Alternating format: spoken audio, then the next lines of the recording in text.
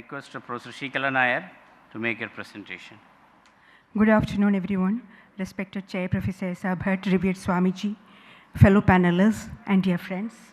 The title of my short presentation is Tracing the Elements of Indian Ethos to Claim a Continuing Tradition. I shall be very, very quick since the time given is 15 minutes. Let me initiate the paper introducing a conceptual analysis of culture. Briefly, culture could be defined as the values and ethos of a community which is kept alive and dynamic and is expected to function as a guardian of the collective interest of the people. It would react whenever there is a threat posed against it. And a marvelous example of this guardianship or a self-immolated kind of a protection is visible in Indian history, where there came up what's called the Renaissance movement. However, we may note that culture can never be wholly conscious of itself. Even though we are all participants of Indian culture, we will not be able to exemplify Indian culture in a holistic fashion in our particular life or in our particular activity. There is always more to it than we are conscious of, suggesting that an elite intervention is necessary to bring about a further development of the culture at a more conscious level. Probably that is the relevance of such exercises like a round table or a seminar on culture, wherein we can conceptualize on the culture, despite the fact that all of us are in fact participants of what we call Indian culture. In brief, culture is one aspect of human life which does a dual function of individualizing on one side and also integrating the individual with the collective. According to G.C. Pandey, there are actually three approaches to culture. Culture can be approached or analyzed from three major positions: scientific, historical, and metaphysical. And needless to say that the metaphysical approach suits best as far as the Indian culture is concerned. This idea of culture is, however, open to criticism now. The metaphysical approach to culture, or the way a culture gets analyzed from a metaphysical point of view, gives an impression that a particular culture is capable of representing the universalistic perception, or it is one culture that is capable of assimilating all the human values available. But this type of conception has been found problematic contemporarily, particularly in the postmodern intellectual climate. For wisdom cannot be confined to any one particular culture, so said the postmodern intellectuals. Even as we grant this position, nevertheless, we may hold that any culture that has its rootedness in deep metaphysical thought can in some way cross the boundaries of spatio-temporal limitations. My claim that Indian culture has this universalistic perception is based on the fact that Indian culture has its rootedness in deep ontology or metaphysics, and Indian culture can claim to have encoded universalistic elements precisely because it has imbibed this metaphysical rootedness of it. Now, every culture will have to keep a balance between what is called the individual values and the social values. In fact, the challenge of every culture is to safeguard the individual values and the values of the community, and to see that there is no conflict between the two. Theoretically speaking, of course, it is essential that individual values need to be given an upper hand over the community values, since the very function of culture is to develop and safeguard the individual values. However, with regard to Indian culture, there is always this apprehension, or rather a complaint, that Indian culture has given individual values an upper hand and individual values are taken overboard at the cost of community values. But I would claim that a closer look at Indian culture would reveal that individual identity of the self is well rooted in the cultural evolution of the society. Professor Bhatt has made a reference to the Marxian thought. I would try to present a response to the postmodern critics on conceiving Indian ethos. There is a prominent critique, particularly from the left-wing scholars, that there is nothing called Indian ethos, for it is only a collection of mutually exclusive ideas, mutually conflicting, quarreling ideas that have flown from different cultural traditions. But those who want to see, I mean, I'm using it in a metaphorical term, but those who want to see can, well, those who act as though they are asleep, we cannot wake them up. But those who want to see indeed can well visualize that there is indeed what we call Indian culture that has evolved out, gaining strength, adapting itself to text and traditions. The fact is that the problem with this leftist type of criticism lies in this, that they have tried to approach culture from an externalistic position. Professor G.C. Pandey, Professor Panniselvam has made a mention to Professor Pandey, has very finely pointed out that cultural identity is to be discovered only from within a cultural consciousness, because an externalistic approach to culture would bring only a failure through its historical tradition, and a tradition in which one need to be a participant as well as an observer. Only when you are capable of partaking in the culture and at the same time has this potency to stand away and watch as an observer, will you be able to place yourself or depict yourself as a cultural critique. Now, to trace the Indian ethos for claiming continuity, I shall quickly mention some of the elements that I have found out as the elements of Indian ethos to claim cultural continuity.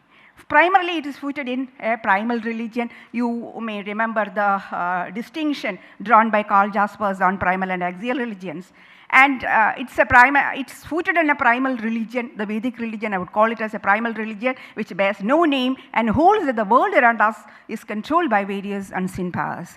Secondly, myths and rituals play an important part. As you all know, Indian culture is a fine model depicting how the tradition of value seeking gets enshrined in symbols that originated at the individual level and enters the social psyche through the symbol. Thus, although conceptually autonomous, culture is in fact found embedded in the life of historical communities in space and time and is actualized by human beings. Second, it is pragmatic. Discussion on prayojana becomes an important component in every textual discussion. Look at Gautama's Nyaya Sutra. At the end of it, he says that the prayojana of such logical discussion is nishreyas, and one who hasn't had a dip at the culture of the land would be left wondering how good exercises in logic would fetch us nishreyas. Even as reason and analysis and even scientific spirits received due recognition, they were never permitted to go overboard and claim the ultimate position. This wouldn't permit us to conclude that science hasn't had due respect and it was subdued with metaphysical speculation. On the contrary, I would claim that Indian scholars were more scientific when compared to their Western counterparts, for critical inquiry began here not by adopting a priori axiomatic principles, but rather with the inquiry into our phenomenal experience. We have always started our inquiry from what is given, the phenomenal experience. And this inquiry from there being saturated critiquing the phenomenal experience, they were naturally led to the avenues of transcendence, awareness of the primal being as one and non-dual. Emphasis on language and linguistics is yet another characteristic of our culture. While the Western culture was rooted on the emphasis of mathematics, while the Western culture was fascinated with the axiomatic positions of mathematics and the a priori axioms that it has came up with, the certain and the definite propositions that it could come up with. You know the Cartesian dream, wherein Descartes always dreamt that if only philosophy could come up with such axiomatic positions as we have had in mathematics, only philosophy could survive. So that was the Western dream. While in India, mathematics was never found as a model. It was language which has been established as the foundation for all theoretical exercises. It's tempting to therefore assume that rationalistic and analytic tradition in India was the offspring of linguistic philosophy this land has developed. In fact, encapsulating logic in grammar was a unique method developed by Indian thinkers, which has no parallel anywhere else in the world. There wouldn't be another tradition, I'm sure, not only on the logical side of language, language is also employed at the hermeneutic level. There wouldn't be another tradition which has explored the possibilities of language as much as Indian philosophy. And the Sanskrit as a language evolved out as a wonderful tool to accommodate different connotations to the same word. The evolution of thought from the gross of the subtle. Those who have read the Brahmanas and the Upanishads, you would find how the very same term carry different connotations down the ages. The evolution of thought from the gross to the subtle, all through retaining the continuity, is one characteristic visible throughout the development of Vedic religion. For instance, the Vedic literature speaks about the transition from the ritualistic tradition to the metaphysical insights. Take, for instance, Ashwamedha sacrifice. When it comes to Brihadaranyaka, allegorically it has been described in terms of meditation, giving a definite subjective turn to it. Now, the pursuit of salvation, I do not want to explain it further because Professor Bhatt has given the sum and substance of all that I have had in the slide. Pursuit of salvation has been conceived as an individual affair, and the primacy of the ideal over the material is yet another characteristic of Indian ethos. Exploration of consciousness is the prime reality is yet another. The concept of dharma, today morning we have had a very beautiful paper by Professor Papu Saab on the concept of dharma. Now this concept of dharma, rooted in metaphysics, he has beautifully spoken about it, and while it has been footed in metaphysics, it branches out in ethics and social customs. That is the beauty of this concept dharma. And ethical concerns were always made part and parcel of the metaphysical inquiry, so much so that we never believed in categorizing, making watertight compartmentalization between the metaphysical exercises and the ethical exercises. And the interrelation between truth, beauty, and goodness is yet another factor of Indian ethos. Finally, it is holistic, unifying God, man, and the world in one single string. The unbroken continuity in the Indian philosophical tradition is due to the persistence of the holistic vision right from the beginning of the primal spirituality down to the present time. The tradition has taken care to preserve the perennial. This continuity was made possible because the metaphysical, the perennial, the primal being has always been kept as the axis around which the narratives, myths, and rituals were placed as temporal and transitory. Now, the assimilative tendency of Indian culture is yet another factor which we need to address on. Indian culture exhibits tendency to assimilate the dissident streams that have sprouted out from the main stem down the century, starting from Buddhism down to the contemporary postmodern reactions to Indian thought. Starting from Buddhism, we have had several dissident streams, and the history vouchsafes that all these dissident streams were assimilated to the main stem and making the culture all the more colorful. A clear dialectical move of carrying over the essence of the thesis and antithesis to form the synthesis is visible throughout the evolution of Indian thought. Thus, a total break from the past has been avoided, even though the modifications brought over the ritual is undoubtedly radical. Now, to quickly go to address the multicultural status of the Indian community. India in fact represents a mini globe encapsulating different cultures, religions and languages in her rather vast territory for centuries together, so much so that it has become a textbook for new and emerging multicultural communities like Australia and Canada. The existence of pluralities of culture and their relations to the dominant culture raise some primary epistemic issues like, say, the issues of the relativity and subjectivity of truth, knowledge, that in some way challenges the traditional normative definitions of these concepts. Now, therefore, the presence of the other forces to address the politics of recognizing the other and placing it in a multicultural dialogue. While an assimilative method seemed to have been employed with divergent offshoots of Indian culture, a quite different approach seems to have been adopted to address the alien cultural and religious traditions. They were conceived as the other to reflect the self. They were retained as the other so that the self can be looked at in this mirror of the other.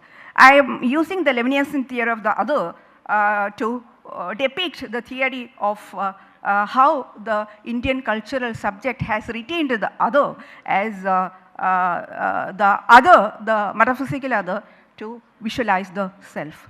Other, as you all know, has been spoken in two different senses by Levinas, the other in the smaller, in the lower case, and the other in the upper case. The upper case other is the other individual, and the lower case other is the other religion, other language, etc. Now, conceiving the other in terms of the other individual, other language, other culture, or other religion, go to define the way we define self-identity. So, in order to have the self-identity, we need to have a conceptual understanding of the other. For Levinas, both these others are natural and inextricable parts of my consciousness, and it is not given objectively. The fact remains that even though the other, conceptualizing the other is very much essential to have self-identity, yet it is not given objectively.